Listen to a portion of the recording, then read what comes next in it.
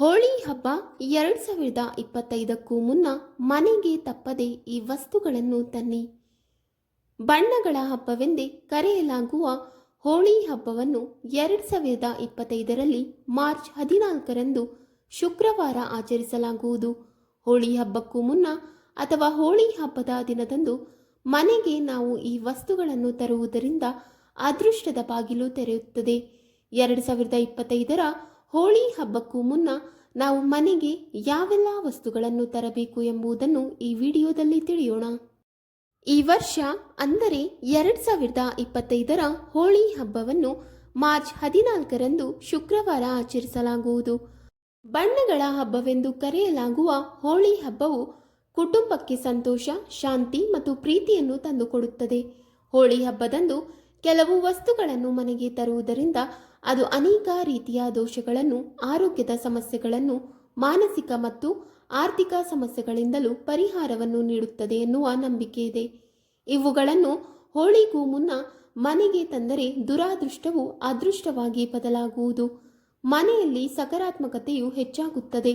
ಇದರಿಂದ ಮನೆಯಲ್ಲಿ ಲಕ್ಷ್ಮೀ ದೇವಿಯು ವಾಸವಾಗುವಂತಾಗುವುದು. ಹೋಳಿಗೂ ಮುನ್ನ ನಾವು ಯಾವೆಲ್ಲ ವಸ್ತುಗಳನ್ನು ಮನೆಗೆ ತರಬೇಕು ಎಂಬುದನ್ನು ಇಲ್ಲಿ ತಿಳಿದುಕೊಳ್ಳೋಣ. 1. ತೋರಣ. ಪ್ರತಿಯೊಂದು ಶುಭ ಅಥವಾ ಮಂಗಳಕರ ಕಾರ್ಯಗಳನ್ನು ಮಾಡುವಾಗ ಮನೆಯ ಮುಖ್ಯದ್ವಾರಕ್ಕೆ ತೋರಣವನ್ನು ಹಾಕುವ ಸಂಪ್ರದಾಯವಿದೆ. ಮನೆಯ ಮುಖ್ಯದ್ವಾರಕ್ಕೆ ತೋರಣವನ್ನು ಹಾಕುವುದು ಲಕ್ಷ್ಮೀ ದೇವಿಯನ್ನು ಮನೆಗೆ ಆಹ್ವಾನಿಸುವುದಾಗಿದೆ. ಮನೆಯ ಮುಖ್ಯದ್ವಾರಕ್ಕೆ ತೋರಣವನ್ನು ಹಾಕುವುದರಿಂದ ಮನೆಯಲ್ಲಿನ ನಕಾರಾತ್ಮಕ ಶಕ್ತಿ ದೂರವಾಗುವುದು.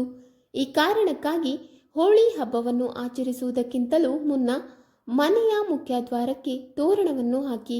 ಇದು ನಿಮ್ಮ ಮನೆಗೆ ಸಕಾರಾತ್ಮಕ ಶಕ್ತಿಯನ್ನು ಆಹ್ವಾನಿಸುತ್ತದೆ.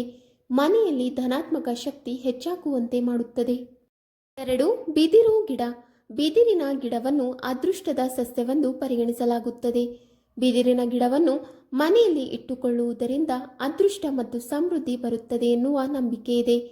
ಈ ಕಾರಣಕ್ಕಾಗಿ ನೀವು ನಿಮ್ಮ ಮನೆಗೆ ಹೋಳಿಗೂ ಮುನ್ನ ಬಿದಿರಿನ ಗಿಡವನ್ನು ತರಬಹುದು. ಮನೆಯಲ್ಲಿ ಬಿದಿರಿನ ಗಿಡವನ್ನು ಇಡುವುದರಿಂದ ಮನೆಗೆ ಅದೃಷ್ಟ, ಸಂತೋಷ, ಸಮೃದ್ಧಿ, ಶಾಂತಿ ಬರುತ್ತದೆ ಎನ್ನುವ ನಂಬಿಕೆ ಇದೆ. 3. ಬೆಳ್ಳಿ ನಾಣ್ಯ. ಹೋಳಿಯನ್ನು ಫಾಲ್ಗುಣ ಮಾಸದ ಹುಣ್ಣಿಮೆಯ ದಿನದಂದು ಆಚರಿಸಲಾಗುತ್ತದೆ. ಹುಣ್ಣಿಮೆಯು ಲಕ್ಷ್ಮೀ ದೇವಿಯೊಂದಿಗೆ ಸಂಬಂಧಿಸಿದ ದಿನವಾಗಿದೆ.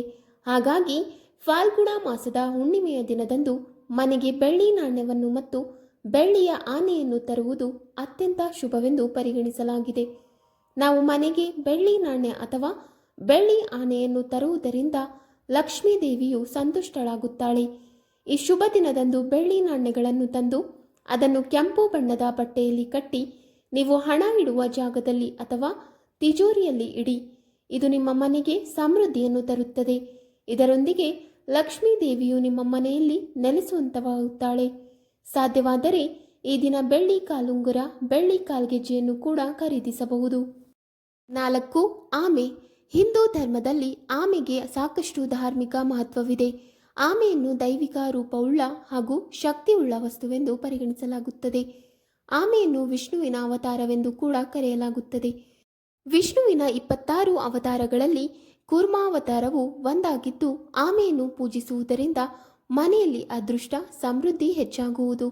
ಹೋಳಿ ಹಬ್ಬದ ದಿನದಂದು ಅಥವಾ ಹೋಳಿ ಹಬ್ಬಕ್ಕೂ ಮುನ್ನ ಲೋಹದ ಆಮೆಯನ್ನು ಮನೆಗೆ ತರುವುದರಿಂದ ಮತ್ತು ಅದನ್ನು ಪೂಜಿಸುವುದರಿಂದ ಲಕ್ಷ್ಮೀ ದೇವಿಯ ಆಶೀರ್ವಾದ ನಿಮಗೆ ಪ್ರಾಪ್ತವಾಗುವುದು. ಲಕ್ಷ್ಮೀ ದೇವಿಯು ನಿಮಗೆ ಒಳ್ಳೆಯುವಳು. ಆದರೆ ಶ್ರೀಯಂತ್ರ ಅಥವಾ ಕುಬೇರ ಯಂತ್ರವನ್ನು ಆಮೆಯ ಹಿಂಭಾಗದಲ್ಲಿ ಇಟ್ಟು ನಂತರ ಆಮೆಯನ್ನು ಇಟ್ಟು ಪೂಜೆಯನ್ನು ಮಾಡಬೇಕು. 5. ಹೋಳಿ ದಹನದ ಬೂದಿ. ಹೋಳಿ ಹಬ್ಬವನ್ನು ಆಚರಿಸುವ ಮುನ್ನ ಅಂದರೆ ಹೋಳಿಯ ಹಿಂದಿನ ದಿನ ಹೋಲಿಕಾ ದಹನವನ್ನು ಆಚರಿಸಲಾಗುತ್ತದೆ. ಮರುದಿನ ಹೋಳಿ ಹಬ್ಬದ ದಿನದಂದು ಹೋಳಿಯ ದಹನದ ಆ ಬೂದಿಯನ್ನು ಮನೆಗೆ ತರಬೇಕು. ನಂತರ ಅದನ್ನು ಕೆಂಪು ಬಣ್ಣದ ಬಟ್ಟೆಯಲ್ಲಿ ಕಟ್ಟಿ ನೀವು ಹಣ ಇಡುವ ಜಾಗದಲ್ಲಿ ಇಡಬೇಕು. ಈ ರೀತಿ ಮನೆಯಲ್ಲಿ ಹೋಲಿಕಾ ದಹನದ ಬೂದಿಯನ್ನು ಮನೆಯಲ್ಲಿ ಇಟ್ಟುಕೊಳ್ಳುವುದರಿಂದ ಅದು ಮನೆಯಲ್ಲಿನ ಬಡತನವನ್ನು ದೂರ ಮಾಡುತ್ತದೆ ಎಂದು ಹೇಳಲಾಗಿದೆ. ವೀಕ್ಷಕರೇ, ನಿಮಗೆ ಈ ಮಾಹಿತಿ ಇಷ್ಟವಾದಲ್ಲಿ ವಿಡಿಯೋಗೆ ಲೈಕ್ ಮಾಡಿ, ಶೇರ್ ಮಾಡಿ ಹಾಗೂ ಕಮೆಂಟ್ ಮಾಡಿ. ಇಂತಹ ಮುಂದಿನ ವಿಡಿಯೋಸ್ಗಳಿಗಾಗಿ ನಮ್ಮ ಚಾನಲನ್ನು ಸಬ್ಸ್ಕ್ರೈಬ್ ಮಾಡಿ.